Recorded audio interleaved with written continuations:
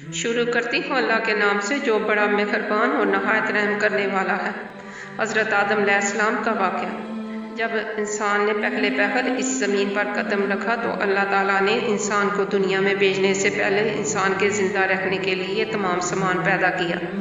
ہوا، پانی، آگ اور مٹی یہ انسان کی بنیادی ضرورتیں تھیں۔ اس کے بغیر تو انسان زندہ ہی نہیں رہ سکتا۔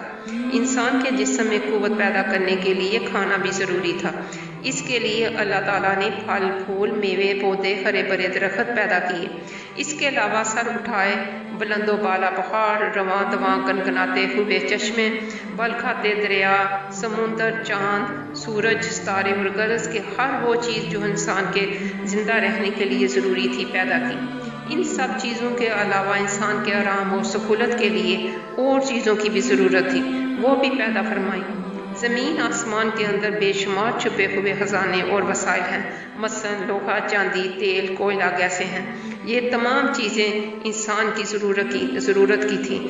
ان سے انسان فائدہ حاصل کرتا ہے۔ ان تمام چیزوں کو زمین کے اندر سے نکالنے اور دریافت کرنے کے لیے ایک ایسی ذی عقل اور علم رکھنے والی ہستی کی ضرورت تھی جو ان تمام چھپی ہوئی اور اوجھل چیزوں کو ڈھونڈ نکالے۔ یہی ہستی جسے انسان کہا جاتا ہے۔ انسان کو اللہ تعالیٰ نے عقل اور سوچنے سمجھنے کی صلاحیت عطا کی، پھر دنیا میں بھیجا۔ سب سے پہلے حضرت آدم علیہ السلام تھے۔ انسان کی نسل حضرت آدم علیہ السلام سے چلی اور تمام انسان حضرت آدم علیہ السلام کی اولاد ہیں۔ اللہ تعالیٰ نے حضرت آدم علیہ السلام کو پیدا کرنے کے لیے ارادہ ظاہر کیا اور فرشتوں سے کہا میں زمین پر اپنا خلیفہ بنانے والا ہوں۔ اس پر فرشتوں نے اعتراض کیا اور کہا کیا آپ زمین پر انسان کو پیدا کرنے والے ہیں؟ انسان تو زمین پر فساد برپا کرے گا اور خون بہائے گا۔ ہم تو تیری پاکی بیان کرتے ہیں اور تیرا شکر بجا لاتے ہیں، کیا ہم عبادت کے لیے کافی نہیں ہیں؟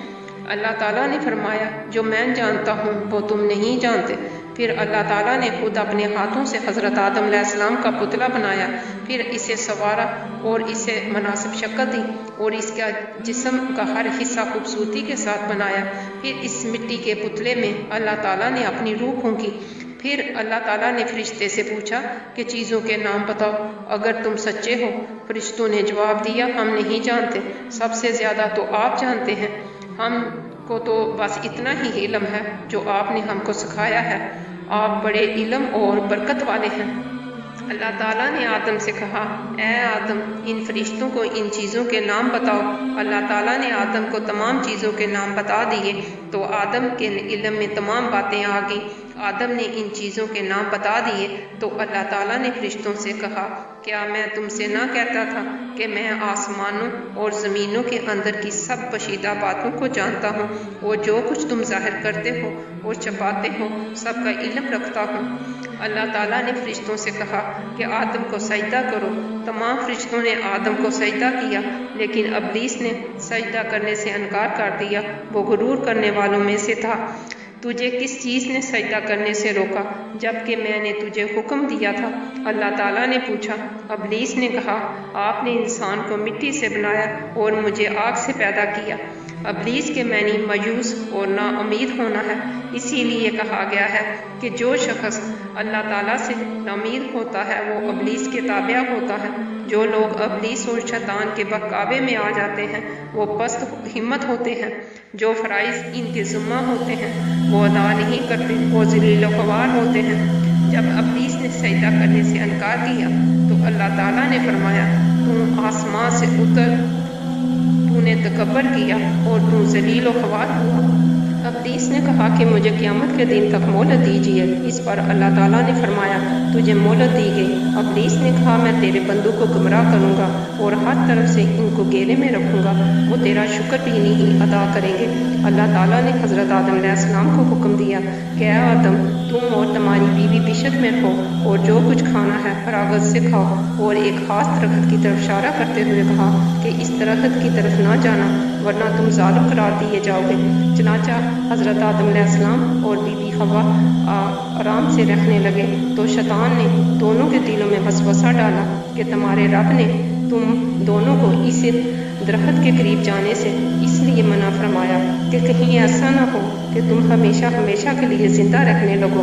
میں تمہارا خیر خواہ ہوں اور تم دونوں کی بھلائی چاہتا ہوں۔ شیطان کے فریب میں آ کر حضرت آدم علیہ السلام اور حوا نے درخت کا پھل چکھا تو دونوں بشتی لباس سے محروم ہو گئے۔ ان کے جسم سے بشت کا لباس اتر گیا۔ دونوں اپنے اوپر جنت کے پتے جوڑ جوڑ کر رکھنے لگے۔ ان کے رب نے ان کو پکارا اور کہا، کیا میں نے تم دونوں کو اس درخت کے قریب جانے سے منع نہیں کیا تھا اور یہ نہ کہا تھا کہ یہ شیطان تمہارا دشمن ہے؟ حضرت آدم علیہ السلام اور حوا دونوں سے غلطی ہوئی۔ انہوں نے اللہ تعالیٰ کا حکم نہیں مانا۔ اس غلطی پر دونوں کو سخت ندامت ہوئی۔ آدم علیہ السلام نے اللہ تعالیٰ سے معافی طلب کی اور دعا کی، اے میرے رب، ہم نے اپنے نفس پر ظلم کیا۔ اگر آپ نے ہم پر رحم نہ کیا اور ہماری مغفرت نہ کی تو ہم نقصان اٹھانے والوں میں ہوں گے۔ آدم علیہ السلام اور حوا کو زمین پر اتار دیا گیا اور کہا کہ تم ایک دوسرے کے دشمن ہوگے اور ایک خاص وقت تک تم دونوں کو زمین پر رہنا ہے۔ میری طرف سے کوئی ہدایت آئے تو جو شخص اس ہدایت کو مانے گا انہیں کسی بات کا اندیشہ نہ ہوگا، نہ کوئی غم ہوگا۔ جو میری نصیحت سے منہ موڑے گا اس کے لیے دنیا میں زندگی تنگ ہوگی اور قیامت کے روز اس کو اندھا اٹھائیں گے۔ جب حضرت آدم علیہ السلام آسمان سے اتر کر زمین پر آئے تو وہ فرشتوں کی پاکیزہ باتیں سننے سے محروم ہو گئے، اس لیے دل اداس رہنے لگا۔ آپ نے اللہ تعالیٰ سے دعا کی اور عرض کیا کہ میں تو فرشتوں کی صحبت سے محروم ہو گیا ہوں۔ اس پر اللہ تعالیٰ نے فرمایا، آپ مکہ معظمہ جائیں، وہاں میرا گھر تعمیر کریں، اس کا طواف کریں اور نماز پڑھیں۔ چنانچہ آپ جبریل علیہ السلام کے ساتھ مکہ معظمہ گئے، وہاں کعبہ کی بنیاد رکھی، نماز پڑھی اور طواف کیا۔